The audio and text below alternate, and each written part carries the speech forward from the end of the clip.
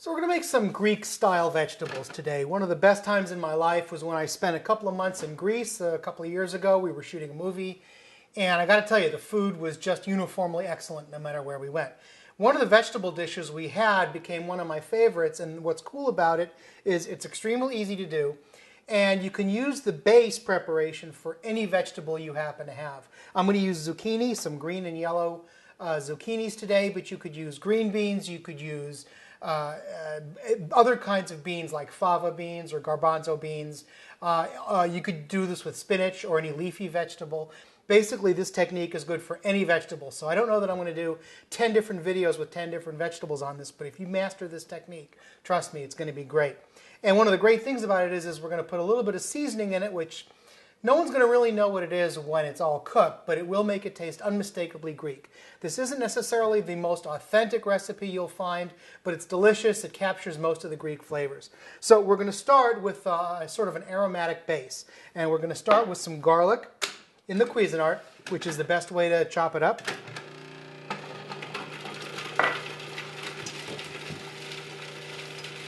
And while that's chopping, I'll peel a shallot.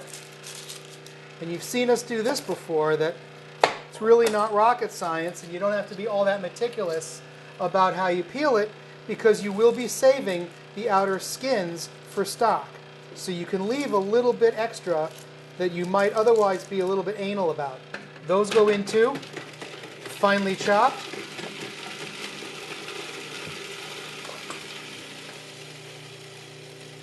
You can see they stick to the side of the work bowl when they are completely chopped. And to that, we're going to add a regular white onion. And once again, the peeling doesn't have to be that meticulous. You can take off the entire outer ring and save that for stock.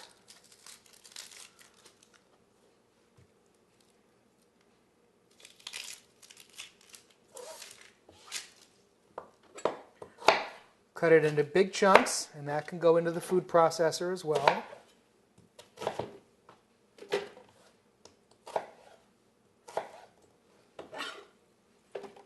I've got a carrot here. Ends come off. Save those for stock into big chunks. And I've got some celery here. You can see it's only about half of a stalk, because when I cut celery, I just take it from the ends. So I'm going to do the same thing here, about that much celery. I like doing it this way because you get the leaves in the middle as well, and they are quite tasty. This is about the equivalent of 1 or 2 ribs of celery. And I'm going to bust this down until it's quite fine. I want it to really dissolve in the vegetable base. Okay, now we can go over to the stove. So we'll get our pan going. We've got some olive oil in it right now. Get that nice and hot before we put the stuff into it. And in it goes.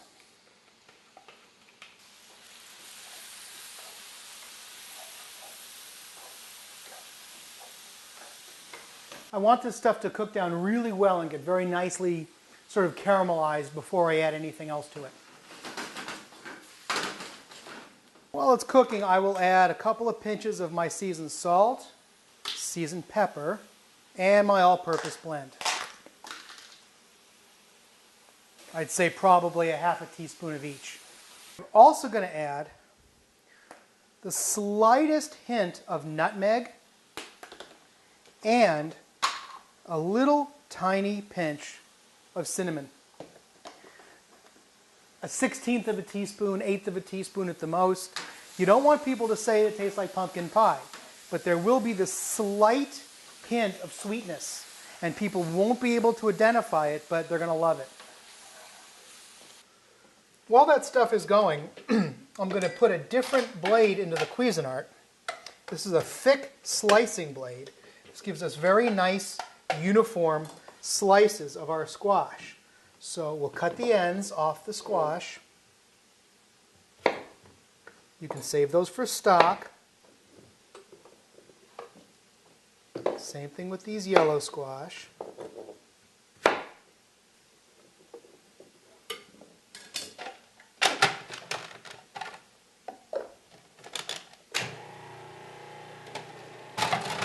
And in they go.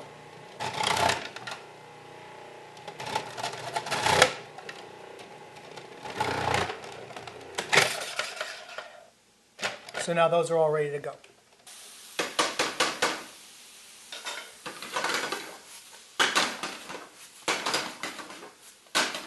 So these are starting to cook down, but they're not starting to get brown yet.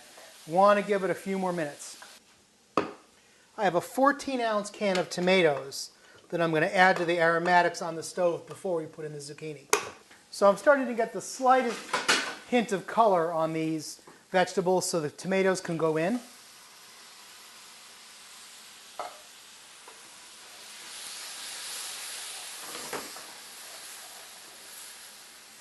We can stir them in, lower the heat, and let them cook for a few minutes. So this stuff is starting to cook down, and I think it's time for the zucchini. In it goes.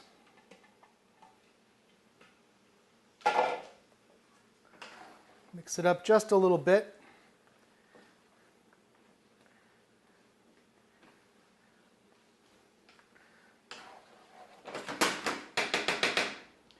And we'll let it go for about 10 minutes. So that looks pretty good. You can see the zucchini is getting a little bit more translucent. I think it's done. The Greeks might cook it even a little more than that, but I think it's good for American tastes.